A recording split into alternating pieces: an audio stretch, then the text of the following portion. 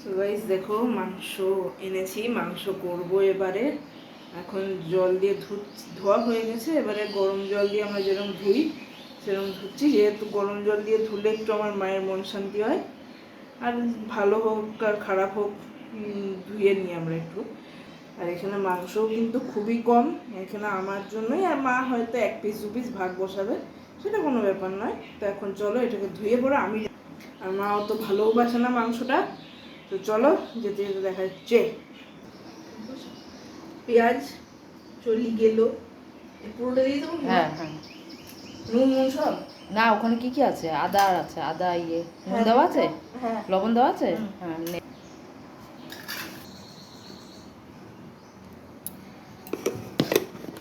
এটা হচ্ছে কি কিছু একটা জিরের গুঁড়ো আর মশলা। ধনের গুঁড়ো, সব আমার দুটো একসাথে মিক্সড করাই থাকে।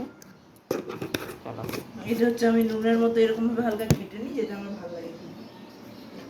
জিনিসই ভালো লাগে এই ধনের গুঁড়ো জিরে গুঁড়োটা, ঘাটাঘাটি করতে ভালো লাগে বেশ। পাউডার তো মানুষ যে যা করে করুক।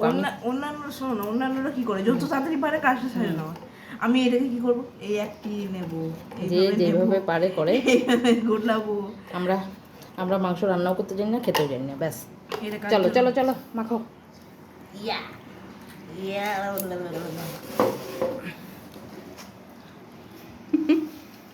কি ভালো লাগে আমার এইটা ঘাটতে।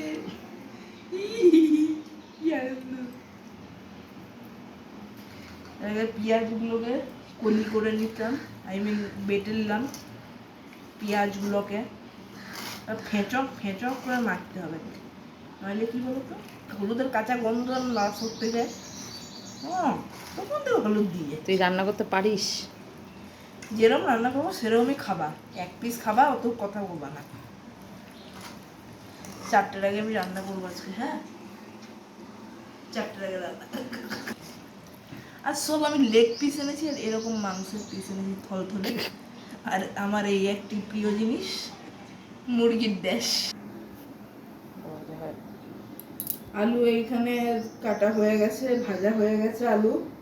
আর এখানে কড়াই বসে গেছে গরম হওয়ার জন্য, ফোনটাকেও ঢুকিয়ে দিতে ইচ্ছে করছে। এই যে আমাদের মডার্ন কাকিমার হাত থেকে তেল পড়ে যাবে এখানে। ইটস মাই জামাই ষষ্ঠী খাবার, হতেই পারে সেটা কালকে পেরিয়ে গেছে।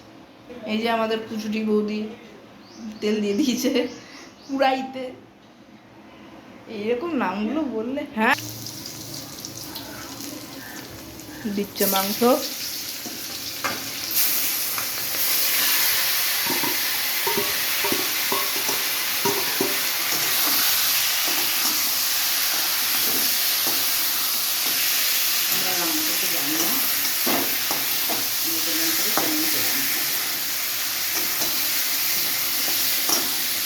ঢাকা দিয়ে দিলাম একটু সিদ্ধের জন্য।